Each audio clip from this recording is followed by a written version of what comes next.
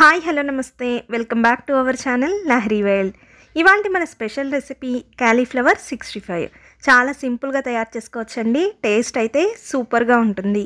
దీన్ని మనం పప్పు రసం సాంబార్లోకి తీసుకున్నా, ఈవినింగ్ స్నాక్గా తీసుకున్నా కూడా సూపర్ టేస్టీగా ఉంటుంది. ఇంకా లేట్ చేయకుండా మనం simple and very tasty cauliflower 65 తయారీ విధానాన్ని చూసేద్దామా.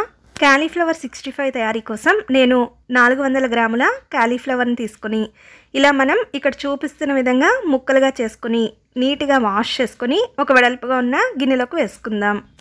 వీటిలో మనం 4 టేబుల్ స్పూన్ల కార్న్ఫ్లోర్, అలాగే 3 టేబుల్ స్పూన్ల బియ్యం పిండి, 1 టేబుల్ స్పూన్ శనగపిండిని వేసుకోవాలి.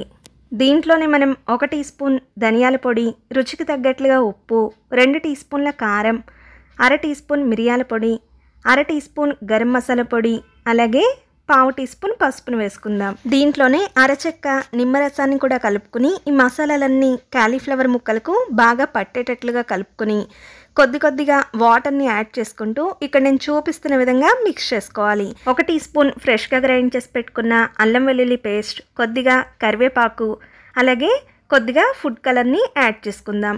ఫుడ్ కలర్ అనేది పూర్తిగా ఆప్షనల్ అండి. మీకు కావాలనుకుంటే వేసుకోండి, లేదంటే స్కిప్ చేసేయండి. చూడండి, ఈ విధంగా అంతా కలిపేసుకుని పక్కన పెట్టుకుందాం. ఇప్పుడు డీప్ ఫ్రైకి సరిపడినంత ఆయిల్ పెట్టుకుని ఆయిల్ని వేడవనివ్వాలి. ఆయిల్ బాగా వేడైన తర్వాత ఈ క్యాలీఫ్లవర్ ముక్కల్ని ఒక్కొక్కటిగా ఆయిల్లోకి వేసుకుని డీప్ ఫ్రై చేసుకోవాలి.